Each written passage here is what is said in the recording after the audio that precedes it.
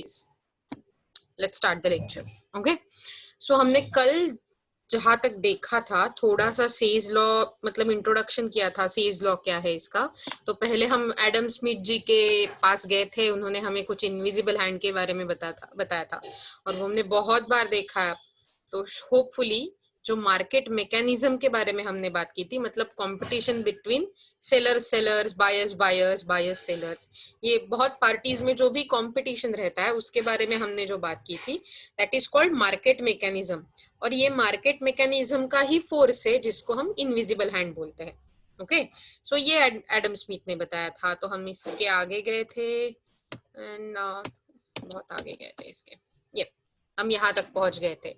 He is जी, नाम gene है, John बोलते हैं, जॉन बैप्टिस्ट से. ये इनका नाम है. फ्रेंच बिजनेसमैन एंड इकोनॉमिस्ट है और थे मतलब, लेकिन बहुत ही अच्छा वाला और बहुत ही फाइनर लॉ इन्होंने देने की कोशिश की इकोनॉमिक्स को, जिनको बोलते हैं says law of market condition.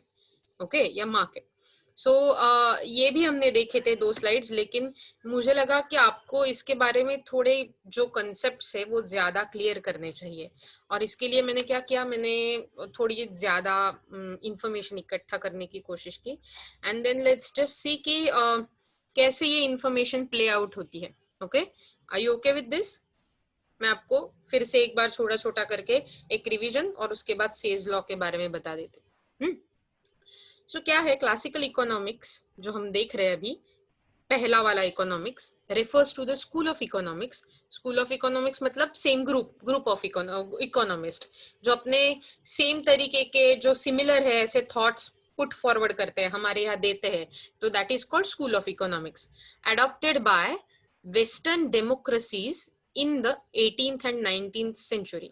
तो वेस्टर्न डेमोक्रेसीज मतलब यूरोपियन हमारे लिए या फिर अमेरिकन, ये सब लोगों ने ये क्लासिकल इकोनॉमिक्स की जो थियरीज थी, वो जो स्कूल ऑफ थॉट्स थे या फिर स्कूल ऑफ इकोनॉमिक्स थे, वो अडॉप्ट कर लिए. मतलब इन्होंने उनको अपना माना, वो उस तरीके का बिहेवियर करने लगे जैसे ये क्लासिकल इकोनॉमिस्ट बोल रहे थे. राइट? तो classical economic theory was brought into the mainstream by Scottish economist Adam Smith, who may refer to as the father of economics. तो हम क्या बोलते हैं एडम स्मिथ को? Father of economics. He was Scottish economist. Okay, then classical economics rejected the idea of government intervening in the marketplace. तो इन्होंने क्या किया, पहले तो इन्होंने ये आइडिया ही रिजेक्ट कर दिया कि गवर्नमेंट को मार्केट प्लेस में इंटरवेन करना चाहिए. मतलब गवर्नमेंट्स को रूल बनाने चाहिए सो दैट मार्केट अच्छा चले. तो गवर्नमेंट को कुछ नहीं करना है बिजनेस में. गवर्नमेंट को जस्ट अपनी कॉन्स्टिट्यूशन बनाकर लॉ एंड ऑर्डर का ख्याल करना है. बिजनेस इकोनॉमी में कुछ नहीं देखना है. That's what they used to think. Okay? Yes? Yes, Masaira? Do you want to ask something? I could see your hand.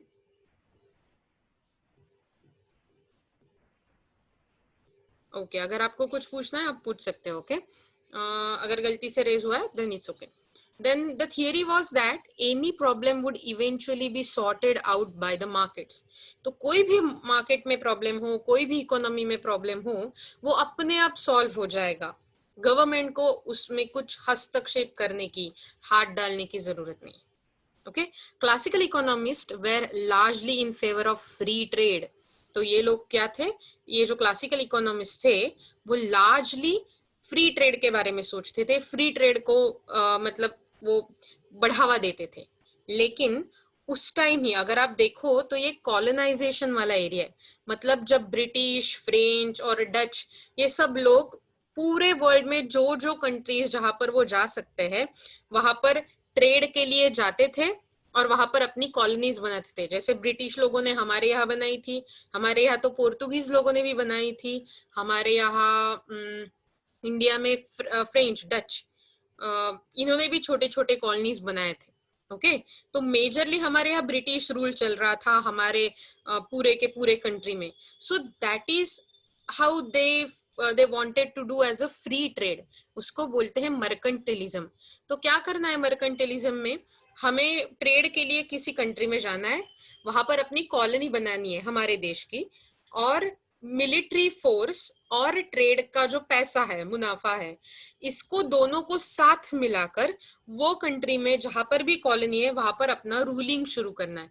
क्योंकि अगर वहां पर आपकी कंट्री, आपकी कंपनी रूल कर रही है, इसका मतलब वहां का जो भी टैक्सेस आएगा, रेवेन्यूज आएंगे, वो सब इनकम किसको मिलेगा? जो भी कंपनी उस वहां पर रूल कर रही है उसको मिलेगा। जैसे कि इंडिया में ईस्ट इंडिया कंपनी रूल कर रही थी, राइट? उसके बाद मतलब ब्रिटेन के क्वीन का हमने शासन देखा, उन्होंने हम 1857 के बाद, ओके, बट अप टू 1857 हमारे यहाँ ईस्ट इंडिया कंपनी रूल कर रही थी, जो ट्रेड के लिए इंडिया में आई थी। और इंडिया में बहुत सारे छोटे छोटे छोटे छोटे स्टेट्स थे जिन पर मोनार्की थी। मोनार्की मतलब राजा का शासन, किंग्स रूलिंग, ओके।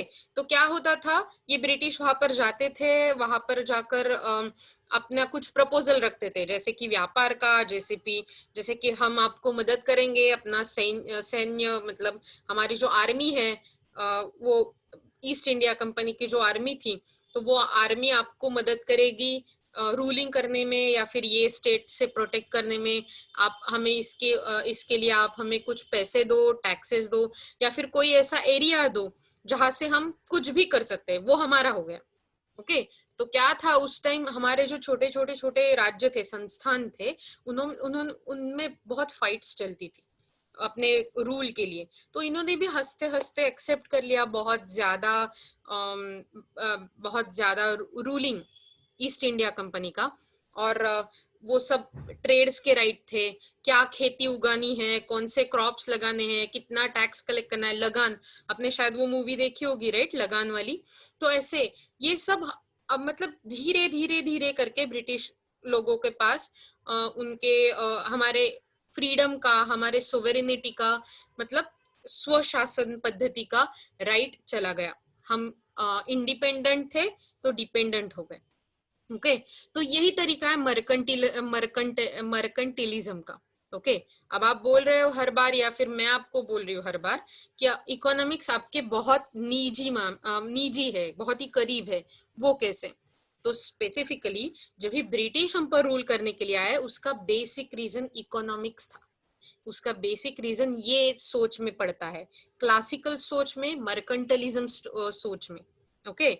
जाओ, फोर्स यूज करो, वो जहां पर भी आप कॉलोनी बना रहे हो, जिस देश में, वहां से जो भी ला सके आप, अगर ट्रेड कर पाओ तो ट्रेड करो, इंस्टीट्यूशंस खड़े कर पाओ तो वो खड़े करो, अपना राज्य चलाओ, रेवेन्यू, पैसे पैसे लाओ, ट्रेड बढ़ाओ। So that is what mercantilism means. Okay. So are you okay with what is mercantilism और इसका example, or do I need to explain you much more about it? Okay. So the rise of classical economics decided with the industrial revolution. तो ये classical economics का बढ़ा कैसे, उनका जो भी थियरी थे वो उतने मतलब एक्सपांड कैसे हुए, वो इंडस्ट्रियल रिवॉल्यूशन 1930, या फिर वहाँ उस 1930 नहीं, उसके पीछे वो जब शुरू हुआ इंडस्ट्रियल रिवॉल्यूशन, तब से शुरू हुए। Many of the fundamental economic theories such as supply and demand were a product of classical economics. तो बहुत ज्यादा ऐसे थियरीज थे सप्लाई और डिमांड के जो क्लासिकल इकोनॉमिस्ट ने बनाए हैं। सप्लाई डिमांड के थियरीज तो आपको पता ही है थोड़े थोड़े। तो invisible hand is really a metaphor for how each person's action, हर एक पर्सन की, हर एक आदमी की, बंदे की action to address their own self interest, खुद का बेनिफिट करने के लिए, खुद का इकोनॉमिक ग्रोथ करने के लिए, डेवलपमेंट करने के लिए, हर एक पर्सन की एक्शन कैसी सोसाइटी को होली बेनिफिट करती है, पूरे सोसाइटी को कैसे बेनिफिशियल रहती है, इसका मतलब है invisible hand. The invisible hand is really a metaphor for how each person's action to address their own self-interest ends up benefiting society at a large. Okay? But as usual we can see we don't believe it, क्योंकि ये बहुत ज्यादा English words है, बहुत ज्यादा यहाँ वहाँ बहुत ज्यादा वर्ड्स है। We don't believe कि इतना कुछ होने के बाद क्या है। तो लेट मी टेल यू कि ये आपका बहुत ही करीबी अगेन एग्जाम्पल है, इतना करीबी कि ये आपके डेली लाइफ में आता है। आप सब वड़ा पाव खाते हो, राइट? तो मैं ऐसा बोल रही हूँ कि आप जब एक डेली वड़ा पाव खाते हो या फिर मैं खाती हूँ, तो हम इकोनॉमी बिल्ड करते हैं। क्यों? क्योंकि जब भी according to classical economist, okay, now I am giving example as per classical economist assumption. Classical economist के लोग क्या बोलते हैं, जब भी आप कुछ भी प्रोड्यूस करते हो, मतलब जब भी एक वड़ा पाव वाले वो भैया जो रहते हैं या फिर कैंटीन वाले दादा रहते हैं, वो जब भी एक वड़ा पाव प्रोड्यूस करते हैं, तो इसका मतलब वो डिमांड बढ़ाते हैं, क्योंकि supply creates its own demand. जब भी सप्लाई शुरू होता है तो डिमांड अपने आप शुरू हो जाती है। तो इन्होंने अगर एक वड़ा पाव का सप्लाई किया मुझे, तो मैं वड़ा पाव लूंगी, फिर क्या होगा, मैं उनको पैसे दूंगी, मेरी डिमांड होगी वड़ा पाव की, राइट? तो मैं उनको पैसे दूंगी, और ऐसे मैं दूंगी और 4 5 10 लोग देंगे, राइट? तो उनके पास जो पैसे होंगे, शायद उनको लगेगा कि अरे नहीं, मुझे अपना मेरे घर का कुछ काम करना है, बारिश आ रहा है तो मतलब छत पे कुछ प्लास्टिक वगैरह डालना है, ऐसा कुछ करना है, तो वो क्या करेंगे, एक वर्कर को हायर करेंगे, राइट?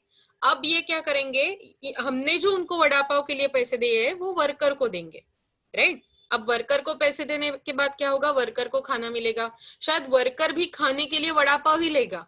तो एज इट इज अगर वर्कर ने वड़ा पाव लिया तो वड़ा पाव के पैसे फिर से वड़ा पाव में चले गए, राइट? लेकिन अगर उसने चावल खरीदे, राइट, तो चावल का सप्लाई हो जाएगा, वहां पर चावल की डिमांड बढ़ेगी, और फिर चावल वाले दादा मतलब शॉपकीपर, ग्रोसरी शॉपकीपर वो है, उसको पैसे मिलेंगे।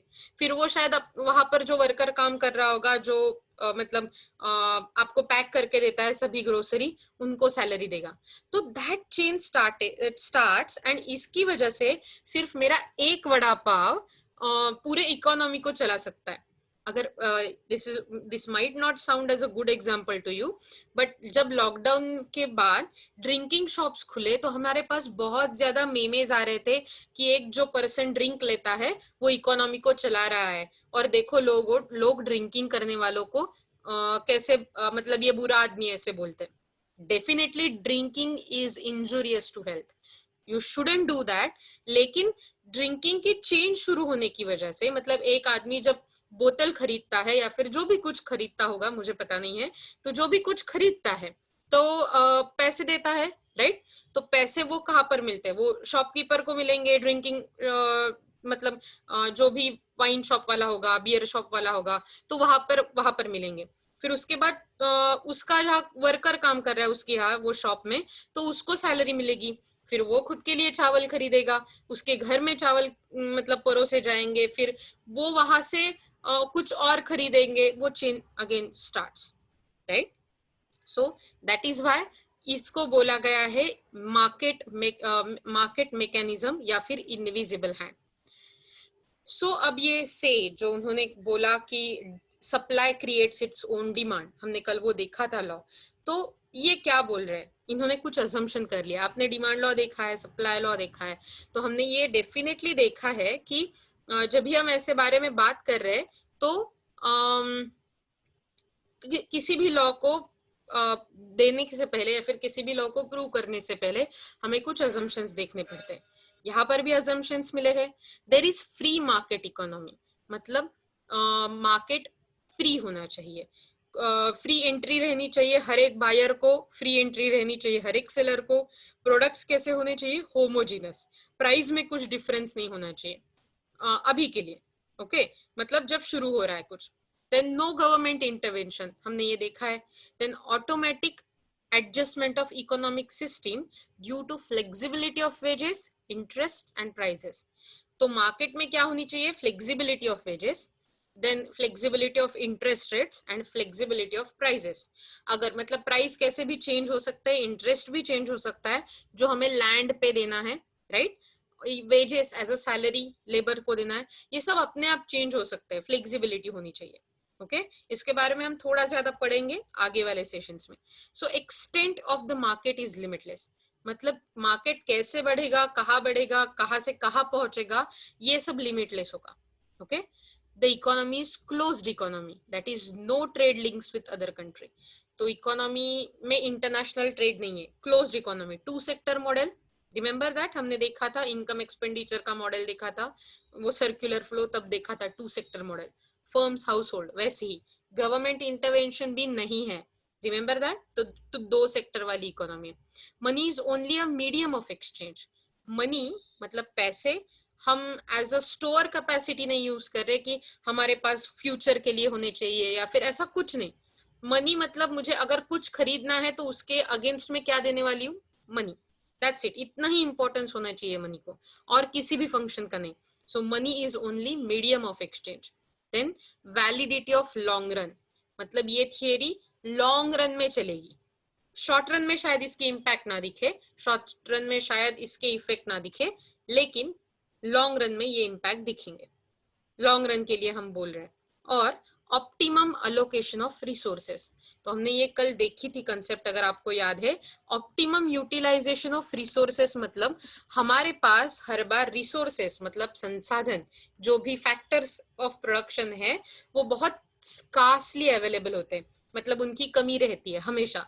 स्कार्सिटी इज द रीजन हम इकोनॉमिक्स पढ़ते हैं, क्योंकि हमें जो भी अवेलेबल है उसका पूरा का पूरा इस्तेमाल करना है.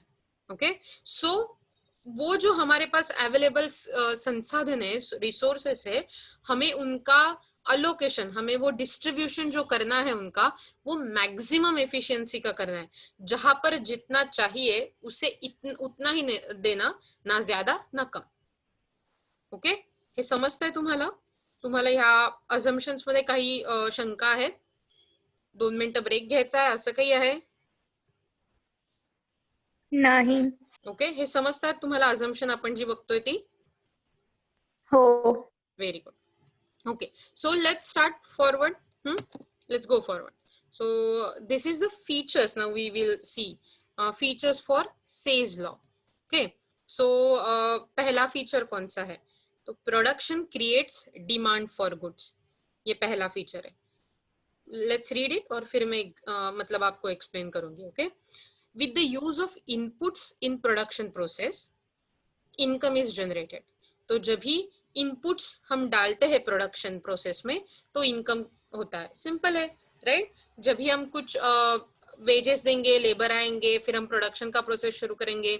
या फिर एग्जांपल लो कि आपका अगर चाय का दुकान है, राइट, तो आप क्या करोगे, आप इनपुट्स क्या डालोगे, आप टपरी या फिर एक टेबल डालोगे, फिर वहां पर स्टोर डालोगे, फिर रॉकेल से वो स्टोर चलाओगे, तो दीज आर ऑल इनपुट्स. चाय पत्ती, शक्कर, हे सगळं तुम्ही एकत्र करणार, स्टो लावणार, चहा बनवणार, बोर्डवर जाहिरात करणार, एक चहा 5 रुपये, 2 चहा 8 रुपये, किंवा असं काही जी ऍड असेल तुमची ती, right? So then customers will come, you will serve them tea, and then you will get income, right? With the use of inputs in production process, income is generated. The income is distributed to the owner of inputs, which they ultimately spend on purchasing goods for their use. तो क्या होता है, जब भी आप अगर चाय वाले हो, तो आपको जब इनकम मिलता है कस्टमर से, तो आप क्या करते हो, आप हर बार चाय ही नहीं खरीदोगे या फिर और कुछ, आप घर के लिए कुछ ग्रोसरी खरीदोगे, गाड़ी है अगर आपके पास तो उसके लिए पेट्रोल खरीदोगे, या फिर अगर बारिश है तो रेनकोट्स खरीदोगे, मतलब विंटर है तो आप शॉल्स और स्वेटर्स खरीदोगे, जर्किन्स खरीदोगे. सो दीज आर, आज का अगर टाइम है तो मास्क खरीदोगे, राइट, सैनिटाइजर खरीदोगे. ये सब चीजें आप अगर ओनर हो, मतलब आप अगर प्रोड्यूसर हो, तो अदर गुड्स खरीदने के लिए यूज करोगे. इसका मतलब आपके चाय के टपरी ने एक कस्टमर को चाय तो दिया, लेकिन आप खुद कंज्यूमर बन गए जो पैसे आए उससे, क्योंकि आपके पास परचेसिंग पावर, मतलब जो हाथ में या फिर आपके पॉकेट में पैसे बढ़े, उसकी वजह से आप भी कंज्यूमर बन गए. This causes demand for produced goods, तो इसके लिए डिमांड बढ़ गई और गुड्स के लिए जो प्रोड्यूस हो रहे हैं मार्केट में. This is how supply creates its own demand, और ऐसे सप्लाई अपने आप डिमांड क्रिएट करता जाता है मार्केट में. Are you okay with this first feature? Production creates demand for goods. Okay, then second one is barter and monetized economy. बहुत बहुत ज्यादा वर्ड्स है, right? Let's go, it's very easy. Okay, Say's law holds good in the barter economy. Barter economy का मतलब क्या आपको पता है? आप में से किसी को बार्टर ट्रेड क्या होता है, बार्टर इकोनॉमी क्या होता है? Is there anybody? आपने शायद ये पढ़ा है पहले बार्टर इकोनॉमी के बारे में, नहीं याद है? No ma'am. Okay, so let me tell you what is barter economy. Barter economy का मतलब होता है एक चीज के लिए आप पैसे नहीं देते, आप उसकी जगह पर कुछ अलग सी चीज ही देते हैं। इसका मतलब अगर सोच लो कि मैं और गौरी अगर ट्रेड कर रहे तो गौरी को मेरे यहाँ से शायद मैं कुछ क्या प्रोड्यूस कर रही हूँ, हाँ मैं कुछ कपड़े सी रही हूँ और बेच रही हूँ मार्केट में, तो गौरी को मेरे यहाँ से टॉप्स चाहिए जो जीन्स पे पहनते हैं, राइट, वो टाइप के टॉप चाहिए। और गौरी के यहाँ बहुत अच्छे अच्छे खाने के मोदक या फिर खाने की चीजें मिलती है, उसका कुछ शायद रेस्टोरेंट होगा। ओके, तो मैं क्या करूंगी, मैं बोलूंगी कि मैं पैसे नहीं दूंगी आपको, आप मुझे एक बिरयानी का बक्सा और एक मोदक दोगे, मतलब एक मोदक परोसोगे, और उसके लिए मैं आपको 2 टॉप्स दूंगी। ओके, सो अगर चीजों के लिए चीजें एक्सचेंज होती है, दैट इज अगर commodity is transferred in exchange of other commodity, इसको बोलते हैं barter trade. Are you getting now what is barter trade? Yes ma'am. Yes ma'am. Yes, so it is. और ये जो से था, मतलब से थे इकोनॉमिस्ट, तो वो क्या बोलते थे कि इकोनॉमी को बार्टर ट्रेड जैसे ही कंसिडर करना है, क्योंकि जब भी हम पैसा भी यूज कर रहे हैं तो पैसे का भी काम क्या है, मीडियम ऑफ एक्सचेंज। मतलब मैं टॉप नहीं बेचूंगी, मैं उस टॉप के जितने पैसे होंगे उतने पैसे दूंगी गौरी को, और फिर गौरी क्या करेगी, गौरी मुझे पैसे देगी वो और मुझसे टॉप खरीदेगी। मतलब पैसा आपका सिर्फ मीडियम ऑफ एक्सचेंज बन जाता है और ये बार्टर ट्रेड बन जाता है। So it is because goods are produced for self consumption. मतलब क्यों ऐसा है, क्योंकि जो भी गुड्स प्रोड्यूस्ड हो रहा है इकोनॉमी में वो सिर्फ सेल्फ कंजम्पशन के लिए, खुद के कंजम्पशन के लिए बनाए गए हैं, और to get other goods in exchange, या फिर और किसी गुड्स को अपने यहाँ लेने के लिए, खुद के लिए लेने के लिए प्रोड्यूस किए जा रहे हैं। जैसे कि मैं टॉप क्यों बना रही हूँ, आइदर वे मुझे उनको पहनना है या फिर मुझे वो टॉप्स किसी को देकर उसके एक्सचेंज में कुछ लेना है। Only for that purpose I am doing this. Okay, I am producing tops. When people offer their produce in the barter for the other goods, they create demand for the goods. तो जब भी मैं offer कर रही हूँ tops, अगर मतलब मैंने यहाँ पर मेरे घर के सामने या फिर कुछ मार्केट प्लेस में जाकर एक होर्डिंग लगाया और बोला कि tops in only 100 rupees, all size of tops available, unisex tops available, मतलब मेल भी पहन सकते हैं फीमेल भी पहन सकते हैं, ऐसे वाले टॉप्स अवेलेबल, तो क्या होगा, 100 रुपए में ऐसे टॉप्स ब्रांडेड हो शायद, मेरे यहाँ डिमांड क्रिएट हो जाएगी। आप एक बार तो मुझे व्हाट्सएप पे बोलोगे कि मैडम जरा पिक्चर भेज दो, क्या कैसे, अगर गंदे भी है पिक्चर देखने को क्या जाता है, राइट, तो ऐसे डिमांड बढ़ेगी, right. This law is also valid in monetised economy. मतलब हमने देखा बार्टर ही नहीं, अगर मनी एक medium exchange, money is a medium of exchange, right, तो ऐसे भी अगर मनी एक्ट कर रहा है तो भी इकोनॉमी में ऐसे ही ये लॉ चलेगा। In this economy money is use to buy और सेल गुड्स एंड सर्विसेज। मतलब मनी किसके काम आएगा, बाइंग और सेलिंग के। The input used in the production generate money income in the form of wages, interest, rents and profit.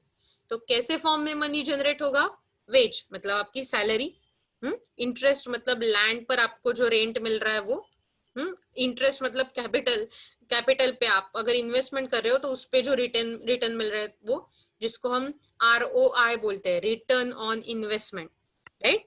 Then rent मिलता है land पे, और फिर प्रॉफिट्स मिलते हैं आपको अगर आप बिजनेसमैन हो, एंटरप्रेन्योर हो, उसको हम एंटरप्रेन्योर भी बोल सकते हैं, right. The incomes are spent on purchasing the goods and produced. मतलब ये इनकम कहाँ पर, जो हमें इनकम मिलेगा कुछ कुछ बेचने के बाद वो हम भी कहाँ पर यूज करेंगे, शायद इलेक्ट्रिसिटी का बिल पे करेंगे, मतलब हम इलेक्ट्रिसिटी कंजम्पशन कर रहे हैं, गैस का बिल पे करेंगे, गैस कंजम्पशन कर रहे हैं, या फिर बर्तन लेंगे, ग्रोसरी लेंगे, जो भी डेली लाइफ में चीजें लगती है वो लेंगे, राइट। इट क्रिएट्स डिमांड, तो ऐसे डिमांड बढ़ेगी, क्योंकि अगर मैंने बर्तन लिए, नॉट नेसेसरीली जायद बर्तन लेगा, वो शायद घड़ी लेगा, गौरी को लगेगा अरे नहीं मुझे मेरे रेस्टोरेंट को और बड़ा बनाना है, तो मैं क्या करूंगी, मैं वहां पर अच्छे से डेकोरेशन करवा लूंगी। डेकोरेशन मतलब क्या, आप कंजम्पशन ही कर रहे हो। तो इसका मतलब ये ऐसे डिमांड बढ़ते जाएंगे, डाइवर्सिफाइड हो जाएंगे। It implies that if there is a production, ये ऐसे बताता है हमें कि अगर वहां मार्केट में प्रोडक्शन बन रहा है, देन देयर इज इनकम, मतलब मार्केट में इनकम भी फ्लो हो रहा है, and that means if there is income there is demand for goods whose production creates income।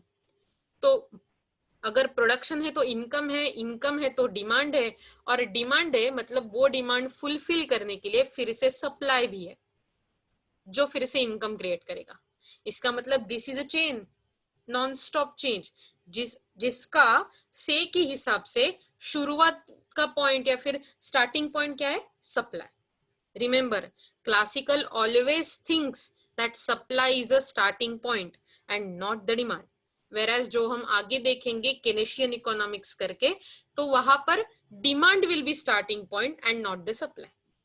Okay?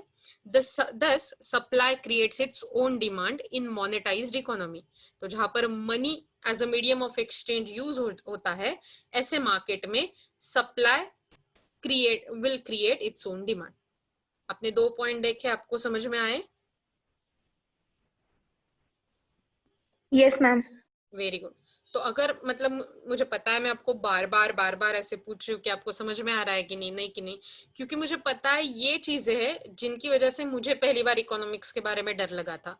मुझे लगा था ये सब्जेक्ट पढ़ने के लिए थोड़ा हार्ड है, और मेरे जो फ्रेंड्स थे, believe me, they were like नहीं यार इकोनॉमिक्स हमारे लिए नहीं है, ऑप्शन को डाल देते।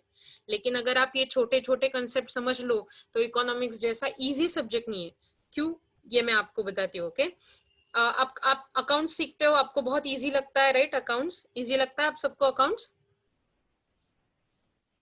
होपफुली। Yes ma'am. यस, क्योंकि वहां पर अब नंबर से टोटल करना है, कैलकुलेटर है आपके पास।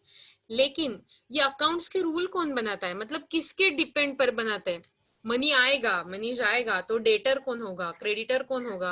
बैंक का क्यों ऐसा लॉ है कि हमें इंटरेस्ट मिलता है? डेप्रिसिएशन क्यों होना चाहिए? डेप्रिसिएशन हमने देखा था, राइट? जीडीपी फिर एनडीपी, तो मतलब जीडीपी से हम डेप्रिसिएशन निकाल देंगे तो हमें एनडीपी मिलेगा। ये सब चीजें जो हमने छोटे छोटे देखी थी, क्या थोड़ी थोड़ी याद है? तो ये जो सब चीजें हैं, ये आपका आपके अकाउंट्स का, कॉमर्स के बेसिक एवरी सब्जेक्ट का बेस है। और अगर आप ये बेस जान लोगे तो कोई भी सब्जेक्ट ऐसा रहेगा ही नहीं कि जो आपको बहुत डिफिकल्ट लगे। ओके, इसीलिए मैं बोल रही हूँ कि just pay a little bit of attention हर दिन। जो मैं बोल रही हूँ वो थोड़ा अगर नोट्स लिखने वो कर दो, then you are good to go. Okay, let's go. Then there is no general over production.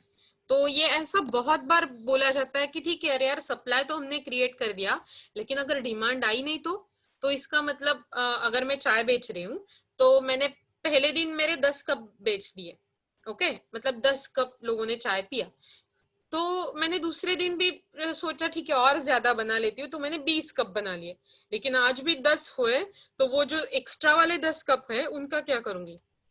वो ओवर प्रोडक्शन हुआ। लेकिन इसके लिए से बोलता है, Say's law states that there is no general over production. When there is an increase in production, there is also increase in income of related factors। तो जैसे ही प्रोडक्शन बढ़ेगा, वो प्रोडक्शन बढ़ाने के लिए हमें ज्यादा लैंड, ज्यादा कैपिटल, ज्यादा एंटरप्रेन्योरशिप एंड ज्यादा लेबर, ये 4 लोगों की ज्यादा जरूरत लगेगी जिनको हम फैक्टर ऑफ प्रोडक्शन बनते हैं। और अगर ये 4 हम ज्यादा यूज करेंगे तो हम ज्यादा उनको पे करेंगे, मतलब रेंट, इंटरेस्ट, वेजेस और प्रॉफिट, ये सब ज्यादा बढ़ेगा तो लोगों का इनकम ज्यादा बढ़ेगा, इनकम बढ़ेगा तो डिमांड भी बढ़ेगी। इसीलिए से बोलता है कि प्रोडक्शन बढ़ने की वजह से ओवर प्रोडक्शन नहीं होगा, क्योंकि प्रोडक्शन बढ़ेगा तो वेजेस भी बढ़ेगी, प्रोडक्शन बढ़ेगा इंटरेस्ट भी बढ़ेगा, और एटसेट्रा एटसेट्रा सब बढ़ जाएगा। मतलब it will increase the income which is related to the factors of production. Consequently, new demand is created. तो नई डिमांड क्रिएट होगी जैसे इनकम बढ़ेगा. तो अगर पहले मुझे 100 रुपए मिल रहे थे, तो मैं क्या करूंगी, जो भी मेरी बेसिक नीड्स है, खाना, फिर शेल्टर, क्लोथिंग, ये सब मैं फुलफिल करके लूंगी. और जब जैसे प्रोडक्शन बढ़ रहा है और मुझे उसके अगेंस्ट सैलरी मेरी अब 400 रुपए हो गई है या फिर 4 लाख रुपए हो गई है, तो मैं क्या करूंगी, मैं सोचूंगी अरे यार एक छोटी कार ले लेते हैं, थोड़ा लोन उठाएंगे लेकिन थोड़ी छोटी कार ले लेंगे. तो ऐसे आपकी डिमांड और डाइवर्सिफाई होती चली जाएगी. Okay, so there will be no general overproduction. General overproduction may exist in a short run. तो शॉर्ट रन में छोटे से पीरियड के लिए हमें ऐसा लगेगा कि ओवर प्रोडक्शन बन रहा है, but it is automatically adjusted by the market force. जो हम देख रहे थे इनविजिबल हैंड में, तो वही इनविजिबल हैंड का जो फोर्स है कंपटीशन वाला, मार्केट मैकेनिज्म वाला, वो ऑटोमेटिकली एडजस्ट कर देगा demand and supply in the long run. और फिर एक बार हम वो इक्विलिब्रियम पॉइंट पे आ जाएंगे जहां पर हमारी डिमांड जितनी होगी उतना ही सप्लाई होगा, जितना सप्लाई क्वांटिटी होगा उतना ही डिमांड का क्वांटिटी होगा. ओके, तो देखते हैं कि क्या है फोर्थ वाला, saving and investment equality. Generally income is spend on consumption. तो इनकम हम क्यों यूज करते हैं, हमें जो इनकम मिलता है कंजम्पशन पे मिलता है. ओके, तो let me give you a little bit of what we can say visual experience जो मुझे बोलना है. ओके, so let's talk कि why that is income. आपको दिख रहा है मेरा व्हाइट बोर्ड, राइट? तो जो ये इनकम है, ये इनकम हम कैसे बोलते हैं, जो भी हमें इनकम आता है वो कंजम्पशन पे डाल देंगे, right? Income is equal to C, that is consumption. लेकिन आपको भी पता है अगर आपको 100 रुपए मिलते हैं दिन में, तो आप 100 के 100 यूज नहीं करते.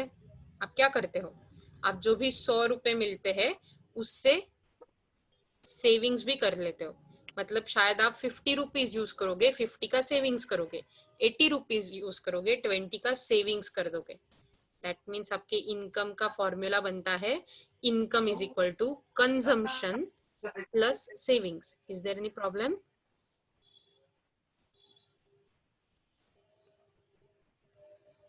Okay,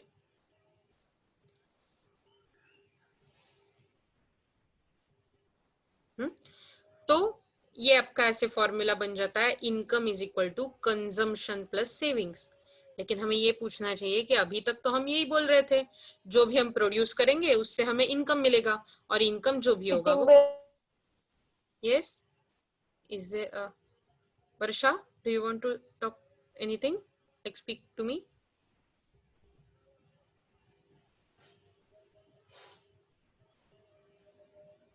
okay, please mute yourself अगर आपको कुछ पूछना ही है, और अगर आपका आवाज नहीं आ रहा है ऐसे आपको लग रहा है तो चैट बॉक्स में डाल दीजिए. ओके, तो हमने और एक फैक्टर जो ऐड किया वो है सेविंग्स. हम सिर्फ कंज्यूम नहीं करेंगे, हम कुछ सेव भी करेंगे.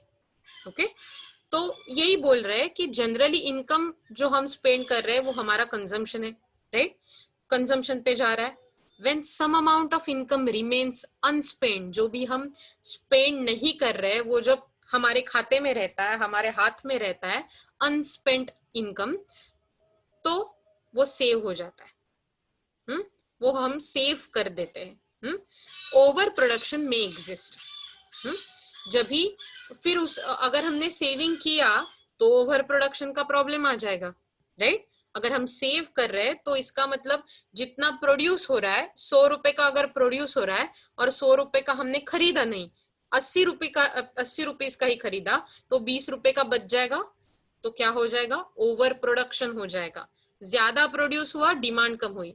लेकिन but it is interest rate या फिर rate of interest which plays important role in the market, a decision for both the consumers and producers about saving and investment. तो क्या होता है, इसके बाद हमें पता चलता है रेट ऑफ इंटरेस्ट, ये अपने मार्केट में बहुत इंपॉर्टेंट रोल प्ले करता है. कैसे? अगर ज्यादा रेट ऑफ इंटरेस्ट हमें सेविंग्स पे मिल रहा है तो हम क्या करेंगे, वो अमाउंट बैंक में सेव करेंगे, बैंक डिपॉजिट करेंगे सेविंग के लिए, फिर मतलब इन्वेस्ट करेंगे, राइट, क्योंकि हमें रिटर्न ऑन इन्वेस्टमेंट ज्यादा मिल रहा है। तो यहाँ पर जो आपको एस दिख रहा था, राइट, वो एस क्या हो जाएगा पता है? वो एस को हम एस इज इक्वल टू आई में कन्वर्ट करेंगे, दैट इज आपके सेविंग्स को हम इन्वेस्टमेंट में कन्वर्ट करेंगे। That's what classical people says कि ठीक है भैया, income is equal to consumption plus savings, हमें पता है, क्योंकि पूरा का पूरा इनकम आप कुछ सेव करोगे, अगर फ्यूचर में कुछ प्रॉब्लम आता है इसकी उसके लिए कुछ सेव करोगे, लेकिन ये सेविंग आप आइदर वे अपने मतलब घर के डिब्बे में रखोगे या फिर बैंक में रखोगे, राइट। और अगर रेट ऑफ इंटरेस्ट अच्छा है तो ये सेविंग किसी बैंक में चला जाएगा, या फिर आप क्या करोगे, आप बैंक में डालोगे या फिर कुछ इन्वेस्टमेंट करोगे, मतलब शेयर्स में डालोगे। तो ये सबको साथ में हम क्या बोलेंगे, ये सबको साथ में हम बोलेंगे इन्वेस्टमेंट, ओके। और फिर सेविंग्स का जो भी अमाउंट होगा वो क्या होगा, इन्वेस्टमेंट का हो जाएगा, ओके। तो अब ये क्या बोल रहा है, but it is rate of interest, जो रेट ऑफ इंटरेस्ट है वो मार्केट में बहुत रोल बड़ा प्ले करेगा for both consumers and producers, क्योंकि प्रोड्यूसर भी तो इन्वेस्टमेंट जो होगी उसके हिसाब से अपना अपना प्रोडक्शन चेंज करेंगे। About savings and investment, how much is to save and how much is to invest depend on the interest rate. तो मतलब हम कितना सेव कर रहे हैं एज अ कंज्यूमर, और प्रोड्यूसर कितना इन्वेस्ट करेगा प्रोडक्शन प्रोसेस में, ये भी तो इंटरेस्ट रेट पे डिपेंड होगा। अगर इंटरेस्ट रेट ज्यादा है तो हम ज्यादा इन्वेस्ट करेंगे, ज्यादा हमें पैसे मिलेंगे, लेकिन इंटरेस्ट रेट कम है मतलब रिटर्न हमें कम मिलने वाला है, तो हम क्या करेंगे, हम अपने घरों में ही सेव करेंगे, या फिर हम वो कंज्यूम कर डालेंगे। हम कुछ चीजें लेंगे और बोलेंगे नहीं यार ये हमें रखना है। मतलब दो ऑप्शन है, अगर मैं एक अच्छा वाला लैंड ले सकती हूँ so that will be my consumption, right. लेकिन अगर रिटर्न ऑन इन्वेस्टमेंट ज्यादा